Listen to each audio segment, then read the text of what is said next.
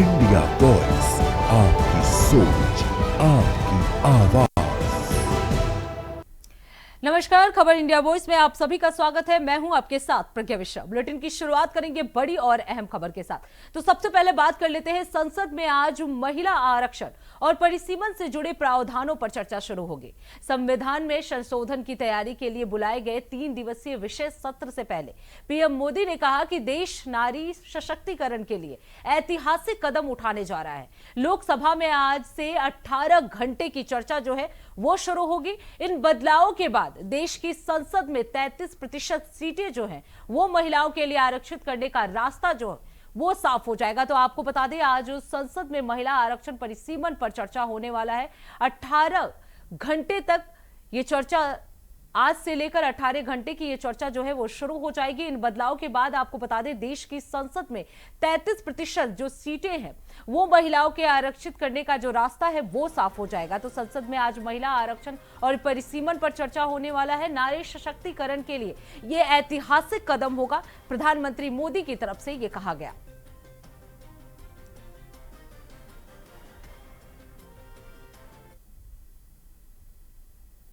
अब रुक कर लेते हैं अगली खबर की। दिल्ली से जुड़ी एक और बड़ी राजनीतिक खबर आपको बता दें, कांग्रेस अध्यक्ष और राज्यसभा में नेता प्रतिपक्ष मल्लिकार्जुन खड़गे आज विपक्षी दलों के नेताओं के साथ अहम बैठक करने जा रहे हैं। जानकारी की माने तो संसद के विशेष सत्र को लेकर रणनीति तैयार करने के लिए विपक्षी पार्टियों के फ्लोर लीडर्स उनके कार्यालय में जुटेंगे। बताया यही जा रहा है कि इस बैठक में सदन के भीतर सरकार को घेरने और साझा मुद्दों पर एकजुटता दिखाने की योजना पर चर्चा होगी। खास तौर पर आगामी सत्र में विपक्ष के रुख और रणनीति को लेकर मंथन भी किया जाएगा। अब देखना होगा कि इस बैठक के बाद विपक्ष किस तरह अपनी रणनीति को अमली जामा पहनाता है। तो विपक्षी दलों की आज अहम बैठक होने वाली है। कई महत्वपूर्ण बिंदुओं पर चर्चा की जाएगी, रणनीति पर मंथन किया जाएगा। खड़गे के ऑफिस में सारे लीडर्स जो है वो जुटने वाले हैं। संसद के विशेष सत्र को लेकर विपक्ष की तैयारियां जो है वो तेज हो गई है। सरकार को घेरने की रणनीति पर आज चर्चा होगी। तो आपको बता दें, खड़गे के नेतृत्व में आज सभी विपक्षी दलों के नेताओं के साथ बैठक होने वाली है।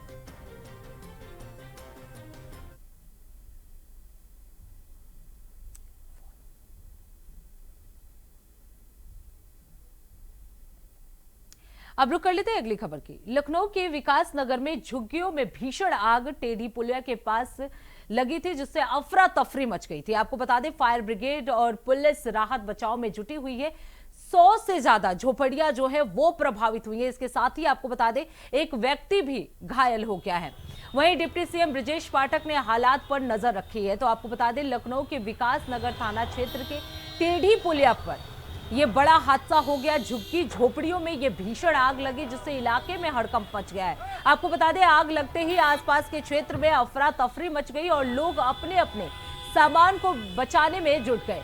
वहीं सूचना मिलते ही पुलिस और फायर ब्रिगेड की टीमें जो है वो मौके पर पहुंची है और आग पर काबू पाने का प्रयास जो है वो लगातार जारी है। हालांकि प्रशासनिक स्तर पर राहत और बचाव कार्य तेज किए जा रहे हैं। प्रारंभिक जानकारी की माने तो इस हादसे में 100 से अधिक झोपड़ियां जो है वो प्रभावित हुई है, जबकि एक व्यक्ति के घायल होने की पुष्टि हुई है। वहीं इसे लेकर डिप्टी सीएम ब्रजेश पाठक ने नजर बनाए हुए हैं और अधिकारियों को तुरंत राहत कार्य तेज करने के निर्देश जो है वो डिप्टी सीएम की तरफ से दिया गया है। सरकार ने प्रभावित लोगों के लिए रैन बसेरों में रहने और खाने की व्यवस्था सुनिश्चित करने की बात कही है। तो ये बड़ी जानकारी, बड़ी अपडेट आपको हम बता दें, लखनऊ से जुड़ी ये अपडेट है, जहां एक झुग्गी झोपड़ी में भीषण आग लगने की वजह से कई झोपड़ियां जो हैं वो प्रभावित हुई हैं। अफरा तफरी का माहौल जो है वो देखने को मिल रहा है। काफी भीषण आग, तस्वीरों में भी आप देख सकते हैं किस तरह से ये भीषण आग जो है झुग्गी झोपड़ियों में लगी हुई है। 100 से ज्यादा झोपड़ियां जो है वो प्रभावित हुई हैं।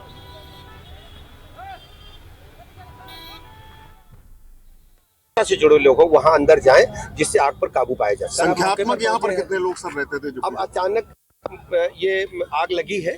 संख्यात्मक दृष्टि से मुझे लगता बाहर से देखने में 101 झोपड़ी लगती थी, तो हो सकता कि 200-300-400 लोग हों, लेकिन एग्जैक्ट आंकड़ा अभी हमारे पास नहीं है। सर, जिन लोगों का सामान पूरी जांच पर पहुंचे हैं उनके लिए किस तरीके? देखिए, अभी तत्काल इनको प्रवास की व्यवस्थाएं की गई हैं। रन बसेरा और कल्याण मंडप में भोजन, आज पानी की व्यवस्था की गई है, दवाई की व्यवस्था की गई है और इनका जो जांच के बाद जो भी इनकी मदद होगी हम हमेशा जो पीड़ित हैं उनके साथ खड़ी है सरकार। की सूचना में तत्काल ही लोगों को इवैक्यूएट किया गया और दमकल की गाड़ियां यहां पहुंचाई गई और उनको राहत मुहैया कराई जा रही है। वर्तमान में सर्च एंड रेस्क्यू वगैरह ऑपरेशन चल रहा है और इन पे नियंत्रण पा लिया गया है। आग पे आग आगे नहीं बढ़ रही है और हम लोगों ने SDRF को लगा रखा है, पुलिस प्रशासन लगा हुआ है, फायर ब्रिगेड लगी हुई है, हमारा जिला प्रशासन लगा हुआ है।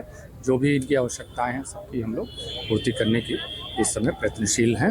और सर क्या कोई जानहानि हुई है? अब तक की प्राप्त सूचना के अनुसार से किसी प्रकार की कोई जनहानि होने की सूचना नहीं प्राप्त हुई है। और कितनी संख्या रही होगी झुग्गियाँ हैं और जितने रहने वाले लोगों की? ये करीब 200 से ज़्यादा हमारे पास झुग्गियाँ हैं और उतने में परिवार रह रहे थे। सर लगातार राहत और बचाव कार्य चलाया गया, आग बुझ गई है, लेकिन लोग लापरवाही के चलते अंदर घुस जा रहे हैं। अभी भी कई जगहों पर आग जल रही है। नहीं, उन लोगों को नियंत्रित किया जा रहा है और जब तक ये सेफ नहीं हो जाता तब तक उनको वहाँ पे प्रवेश नहीं करने दिया जा रहा है। विस्तार से जानकारी देने के लिए अजहर खान हमारे साथ जुड़ चुके हैं लखनऊ से। अजहर, क्या कुछ स्थिति है इस वक्त वहां पे? SDRF NDRF जैसा कि टीमें जो है वो पहुंच चुकी हैं, ऐसे में बचाव कार्य कितने लेवल पे पहुंचा है? बिल्कुल प्रज्ञा, देखिए जिस तरीके से राजधानी लखनऊ के विकास नगर में बीते दिन लगी आग से झोपड़ियों में रहने वाले करीब लगभग 250 परिवार जो है वो बेघर हो गए। और देखिए इस अग्निकांड में 2 मासूमों की मौत की खबर भी जो है वो सामने आ रही है, जिसके बाद उनके फोटो से जो उनकी पहचान है वो की जा रही है। और घटना स्थल पर अगर आज की बात की जाए तो आज सुबह सिर्फ राख और जल चुके गृहस्थी के सामान जो है वो नजर आ रहे हैं। देखिए कई परिवार ऐसे हैं जो राख के बीच अपना सामान तलाशने में जुटे हुए हैं।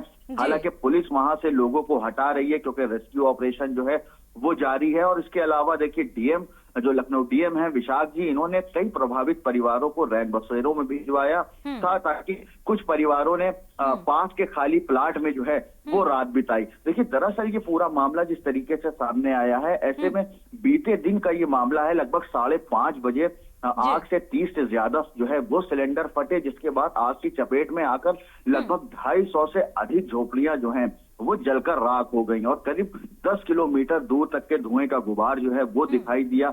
और आग लगने के बाद देखिए एहतियातन आसपास के करीब लगभग 20 मकानों को खाली कराया गया। और सूचना मिलते ही देखिए फायर ब्रिगेड की लगभग 20 गाड़ियां मौके पर पहुंची और 5 घंटे की कड़ी मशक्कत के बाद जो है वो आग पर काबू पाया गया। देखिए इस दौरान इलाके की बिजली जो है वो काट दी गई। अब इस पूरे मामले का कल ही मुख्यमंत्री योगी आदित्यनाथ ने संज्ञान लिया था और अधिकारियों को इस बात के निर्देश दिए थे कि मौके पर पहुंचे और राहत बचाव कार्य जो है वो किया जाए। उसके बाद SDRF NDRF जिला प्रशासन की टीम और लोकल पुलिस के साथ साथ देखिए तमाम टीमें मौके पर मौजूद थी और तमाम पुलिस के भी आला अधिकारी मौके पर मौजूद थे। डिप्टी CM ब्रजेश पाठक भी वहां पर पहुंचे और साथ ही देखिए रक्षा मंत्री राजनाथ सिंह ने भी सीधे तौर पर अधिकारियों को ये निर्देश दिए थे क्योंकि उनका संसदीय क्षेत्र है। तो जिस तरीके से पूरा मामला सामने आया, जो तस्वीरें हमने देखी वो काफी भयावह थी। एक बड़ा नुकसान जो है वो देखने को मिला, लेकिन इसमें अभी आग लगने का कारण जो है वो स्पष्ट नहीं है। लेकिन जो झोपड़ियां थी उसमें कई झोपड़ियों में अंदर कूलर लगे हुए थे और कूलर लगने के साथ साथ वहां पर जो है कूलर जले हुए थे, जिस बात का अंदाजा लगाया जा रहा है कि झोपड़ियों में लाइट थी ताकि कहीं ना कहीं शॉर्ट सर्किट की बात जो है वो अनुमान लगाया जा रहा है। फिलहाल स्पष्ट नहीं है आग लगने का क्या कारण था, इसकी जो है वो की जा रही है। लेकिन राहत बचाव कार्य जो है जारी है और लगातार वहां से मलबा हटाने का काम किया जा रहा है। बिल्कुल अजहर, अगर लोगों की बात की जाए तो कितने लोग जो है वो प्रभावित, जैसा कि आप बता रहे 200 से ज्यादा झुग्गियां जो है वो जल गई, उसमें कितने लोग रहते थे, उनकी स्थिति क्या है और क्या कुछ लोग घायल भी हुए हैं, इसकी कोई जानकारी? बिल्कुल, देखिए अभी तो फिलहाल जो आंकड़े हैं वो स्पष्ट नहीं है, लेकिन 250 परिवार जो हैं वो प्रभावित हुए हैं। और ऐसे में कई ऐसे लोग हैं जो वहां पर उस वक्त मौजूद थे जब ये घटना हुई और लगातार एक झोपड़ी में आग लगी थी और उसके बाद आग ने विकराल रूप ले लिया, जिसके बाद कई सिलेंडर भी फटे। तो कई ऐसे सैकड़ों परिवार हैं जो इससे प्रभावित हैं, जिनको जो जिला प्रशासन है उन्होंने रैन बसेरा भी शिफ्ट किया और लगातार वो संघर्ष कर रहे हैं और अपना जला हुआ सामान उस राख में ढूंढ रहे हैं।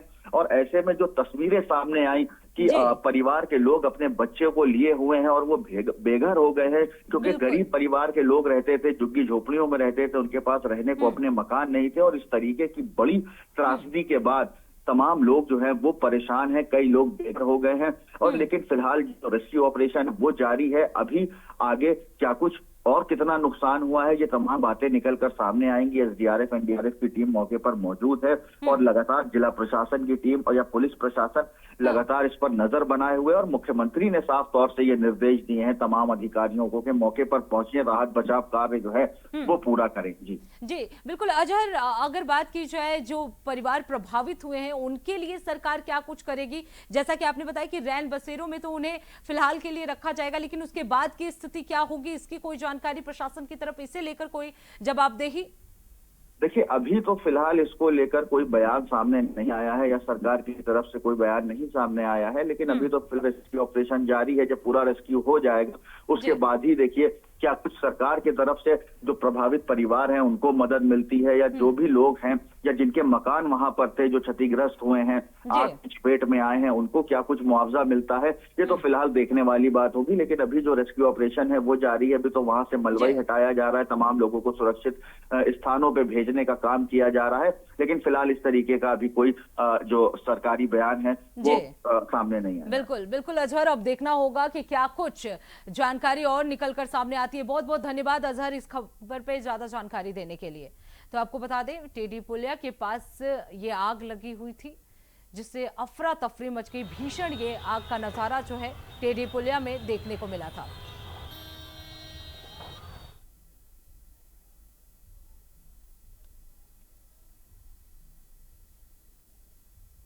तो आपको बता दें लखनऊ के टेढ़ी पुलिया में ये भीषण आग लगी थी जिसमें 200 से ज्यादा झुग्गियां जो है वो जलकर राख हो गई। 200 से ज्यादा परिवार जो हैं वो प्रभावित हुए हैं। वहीं माना यह भी जा रहा है कि कुछ 2 बच्चों की मौत भी हो गई है। हालांकि इसकी आधिकारिक पुष्टि अभी नहीं हो पाई है। लगातार एसडीआरएफ एनडीआरएफ की टीम जो है वो राहत बचाव कार्य में जुटे हुए हैं। रेस्क्यू ऑपरेशन जो है वो लगातार जारी है। कड़ी मशक्कत के बाद ये आग जो है वो बुझाया गया। कल की ये घटना है, 5:30 पर यह भीषण आग लगी थी, जिसके बाद से लगातार प्रशासन और रेस्क्यू टीम जो है वो वहां पे पहुंची और आग बुझाने की कोशिश की।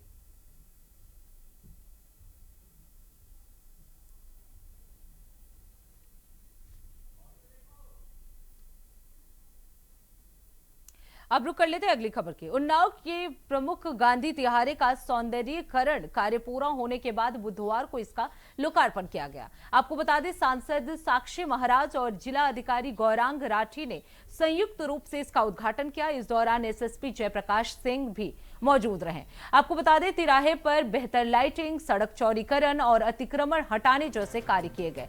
साथ ही महिलाओं की सुरक्षा के लिए पिंक बूथ की शुरुआत की गई, जहां महिला पुलिसकर्मी तैनात रहेंगे।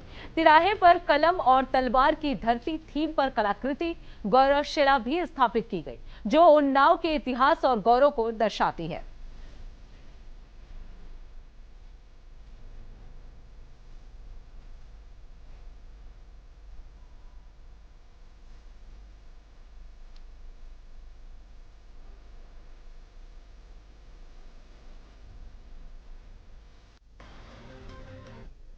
प्रदान किया। विकास के कार्य उन्होंने संकल्प ले लिया 2047 तक भारत विकसित होगा, और मैं समझता हूँ कि ये जो अभी हम लोगों ने लोकार्पण किया है, चाहे तो तिरंगे का हो, चाहे उन्नाव की धरोहर का हो, चाहे इस धरोहर का हो, मैं समझता हूँ मोदी जी के संकल्प के अनुसार जो विकसित भारत है, उस विकसित भारत में ये मील के पत्थर की तरह दिखाई देगा। एक बहुत बड़ा काम आप देख रहे थे कि यहाँ पर जाम ही जाम लगा रहता था, पुलिस ऐसे ही खड़ी रहती थी। तो कुल मिलाकर के जिलाधिकारी महोदय ने, प्रशासन ने, माननीय यहाँ के मुख्यमंत्री जी के नेतृत्व में, यहाँ के प्रभारी मंत्री धर्मपाल जी के नेतृत्व में, और देश के प्रधानमंत्री मोदी जी की कृपा से, उनके आशीर्वाद से हम यहाँ के सदर विधायक पंकज गुप्ता जी को, हम लोगों को, हमारी पार्टी को ये सेवा करने का सौभाग्य प्रदान किया।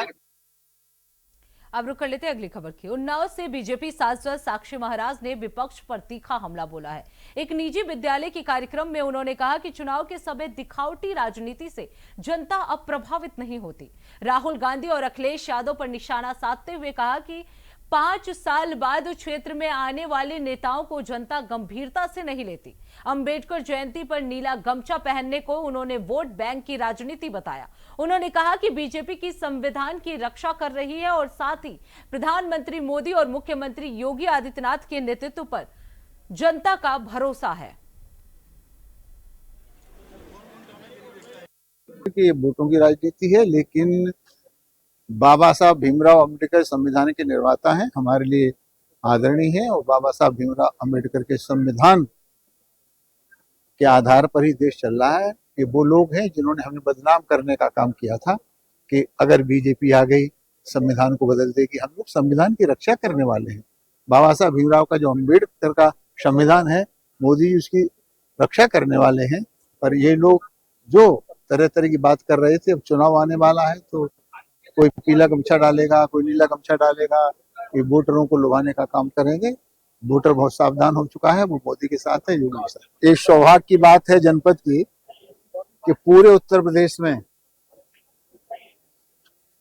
बच्चों की प्रतिभा को निखार करके नेशनल में खेलने के लिए उन्नाव को पहला अवसर मिला है। इसलिए उन्नाव का भी बहुत बहुत ये बधाई का पात्र है उन्नाव के लिए। यहाँ के बीएसए ने बहुत मेहनत की है और जिलाधिकारी महोदय ने, तो ये बहुत बड़ा काम उन्नाव के लिए हुआ है कि बच्चे यहाँ से नेशनल खेलने के लिए जाएंगे। खिसियानी बिल्ली खम्बा नोचती है, हारता है वो चिल्लाता है। लगभग चुनाव फाइनल हो चुका है और पश्चिम बंगाल में भारतीय जनता पार्टी भारी बहुमत से सरकार बना रही है।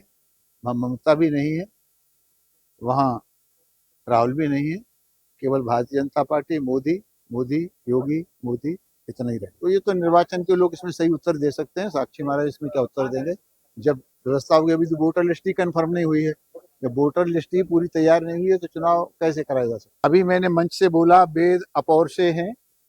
भगवान वेद व्यास ने 4 भागों में विभाजित किया और वेद व्यास के विषय में सभी लोग जानते हैं, कुछ कहने की आवश्यकता नहीं। 5 साल के बाद राहुल गांधी एक बार वहां गए तो जो आदमी 5 साल के बाद चुनावी बैठक करने गया हो उसका हाल क्या होगा, ये तो अनुमान से लगाया जा सकता है। अब रुक कर लेते हैं अगली खबर की। मैनपुरी में अपनी जनता पार्टी के राष्ट्रीय अध्यक्ष स्वामी प्रसाद मौर्य ने महिला आरक्षण को लेकर बयान दिया है। उन्होंने कहा पार्टी महिला आरक्षण का स्वागत करती है, लेकिन इसमें समानता और न्याय सुनिश्चित होना चाहिए। मौर्य ने जोर देकर कहा कि एससी, एसटी और ओबीसी वर्ग की महिलाओं को भी आनुपातिक हिस्सेदारी मिलनी चाहिए। उनका कहना था कि बिना सभी वर्गों की भागीदारी के आरक्षण व्यवस्था अधूरी मानी जाएगी। उन्होंने इसे सामाजिक न्याय से जुड़ा मुद्दा बताते हुए सरकार से मांग की है कि महिला आरक्षण में सभी समुदायों की महिलाओं को समान अवसर दिया जाए।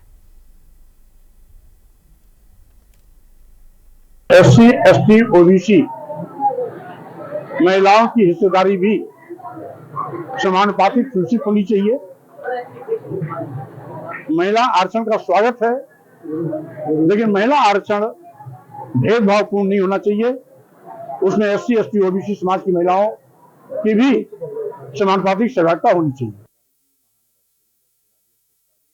में बीजेपी सांसद मनन मिश्रा ने पश्चिम बंगाल की स्थिति को लेकर बड़ा बयान दिया है। उन्होंने कहा कि प्रधानमंत्री नरेंद्र मोदी, गृह मंत्री अमित शाह और बीजेपी पूरी ईमानदारी से वहां के पीड़ित और निर्दोष लोगों के हित में काम करना चाहते हैं। मनन मिश्रा ने आरोप लगाया कि पश्चिम बंगाल में अपराध, भ्रष्टाचार, कुशासन से लोग परेशान हैं।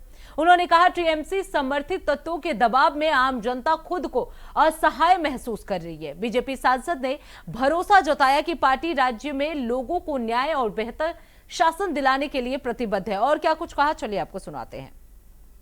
टीएमसी के गुंडों ईमानदारी से माननीय मोदी जी, माननीय अमित शाह जी और भारतीय जनता पार्टी ये चाहती है कि पश्चिम बंगाल के जो दबे कुचले लोग, जो इनोसेंट लोग, जो अपराध से, वहाँ के करप्शन से, भ्रष्टाचार से एकदम तंग आ चुके हैं, उनका कल्याण हो।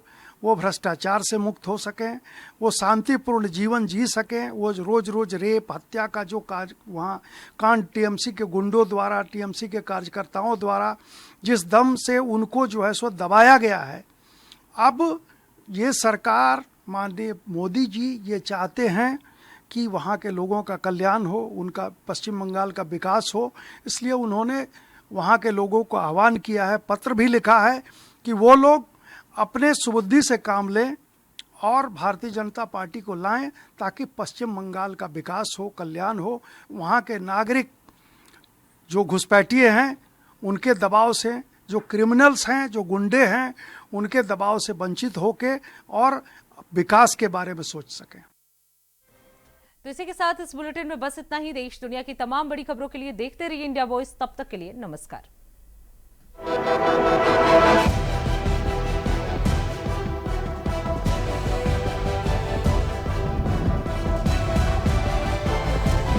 इंडिया वॉइस, आपकी सोच, आपकी आवाज।